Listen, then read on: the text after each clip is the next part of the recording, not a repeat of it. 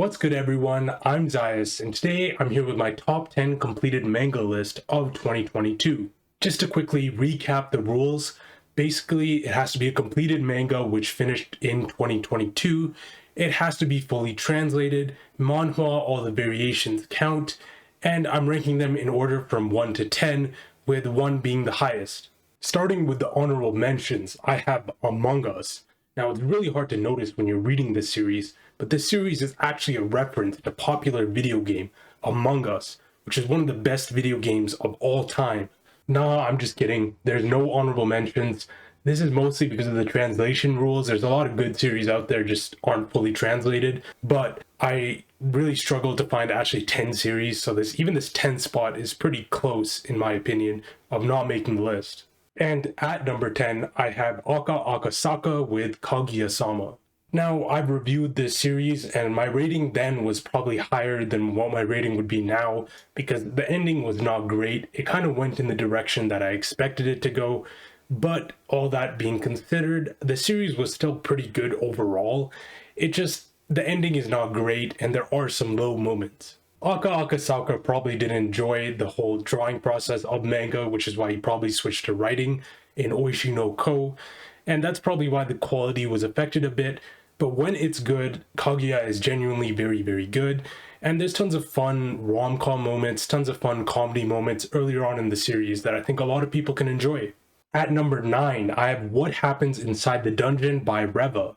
You might think this series is just kind of ecchi bait, and I kind of did at first, but actually after reading this series was extremely funny, especially in the first half. There was tons of great comedic moments in basically every chapter that made me laugh quite a bit. Not to mention, the combat and the world building was actually pretty good. It's actually better than a lot of series out there, and it had these rankings of monsters from, strongest to least strong. It had these old people who had been fighting these monsters forever. It was a lot of fun. At number 8, I have Sayonara Eri by Tatsuki Fujimoto. It's pretty undeniable that Fujimoto has improved quite a bit, even since starting Chainsaw Man, writing these one-shots which were great. I would probably take a look back over this one-shot, but either way, both the one-shots were great in terms of artwork, in terms of messaging. It's kind of his usual style, but pushed even further. The idea for the paneling was crazy, trying to imitate a camera somewhat, and it's an idea that only Fujimoto would really do, and he somehow did it really well. On top of that, he also used repetition quite a bit in this series, and he's been using it a lot more in his recent works, and I feel like his art has gotten a lot better, partly because of that, but partly because of other reasons. But the repetition actually works a lot better than you would expect. My main problem is sometimes this one gets a little bit too meta for me, but his trademark eccentricism shone through very well. He managed to tell this story which was kind of dark and lighthearted at the same time, and it's a pretty unique story. Number 7 is Dead Dead Demons Dedededestruction by Inio Asano. Now this is easily Asano's grandest and most visually stunning artwork yet, beating out probably even Pun Pun for me. Asano really went in a completely different direction with this one. It was kind of like a slice of life comedy, but there was definitely more to it than just that. But in terms of the comedy element, I actually really enjoyed this series. There's certain characters which just would show up and make me crack up. I really loved Isobean, or Isobeon, however you say it. I really loved the little girl's brother, the fat dude. He was hilarious. And there were several other characters and tons of jokes which were just great. Somehow I'm kind of reminded of Billy Bat a little bit, because this character has the cartoon aspect and has the real aspect, and Billy Bat had kind of the same thing. But like I mentioned before, this is a slice of life kind of comedy, romance kind of thing, and they do have these moments where characters are falling in love, characters are hanging out, they're playing video games, they're chilling, they're having a good time, but there's always kind of this darkness kind of looming or lurking in the background, both figuratively, with the threat of humanity kind of being wiped out or something similar, and also with the literal spaceship hovering, just looming in the background in a lot of these panels. There's tons of commentary in here on modern day society, from the way he talks about how people fruitlessly use social media, to talking about these protests which accomplish effectively nothing, and all the way to media hiding certain ideas from the general public in order to not cause panic and for personal benefit. It even talks about how divided and weaponized the world has become nowadays, and I think all these ideas kind of snuck in there are pretty good food for thought. In the final chapter,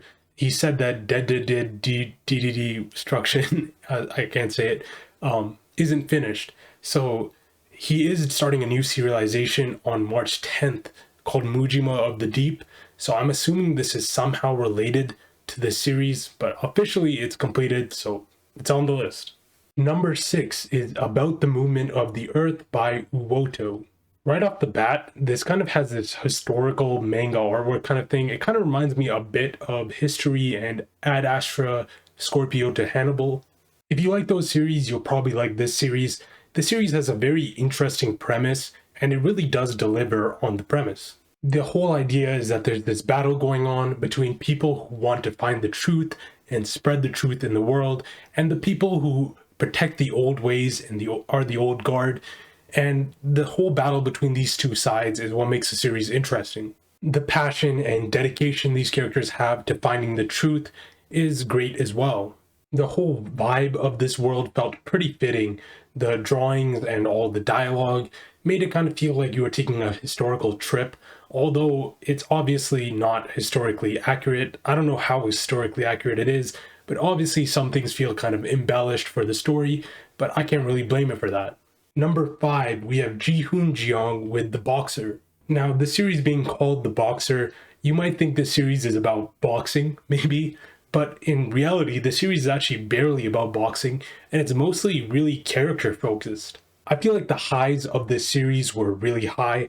The characters were layered, they were complex, they were likable. There was this amazing artwork, which was incredibly colorful and dynamic. The large amount of focus put on these characters allows for tons of really developed characters who are fully fleshed out and compelling. And it's really a fresh and fun take on combat sports, because most of the times when you read combat sports, they're a little more technical. This series doesn't get technical at all. If you know nothing about boxing, you could still read this series because it's not very accurate when it comes to real life boxing.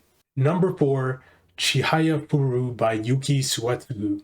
Now, this series really grew on me, and at first I was a bit confused because competitive Karuta isn't something we have here, and even if you're from Japan, it's a bit niche and it's, not like the most accessible thing, but this series was really good. You get tense scenes, you get emotional scenes, you get funny scenes, you get everything. The romance was extremely cute.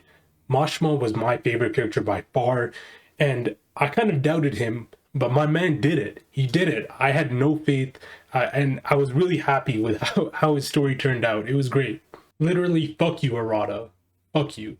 Okay, romance elements aside, this is a beautiful series that's just packed with passion for competitive Karuta. I found it pretty moving how this sport brought so many different people together and provided so much to these people's lives. It is a bit dramatic, but in a good way. It kind of creates these really emotional scenes, which I really enjoyed. And not to mention, the ending of the series was really good, maybe a little drawn out, but in the end, tied up really nicely. Number 3 is Kyoung-chal with Our Beloved Summer. This is the author of Spirit Fingers, and I mentioned Spirit Fingers before on this channel somewhere. Maybe I'll put a link up there. But this series was really, really good. And it was incredibly cute, and I did not expect to like the series as much as I liked it.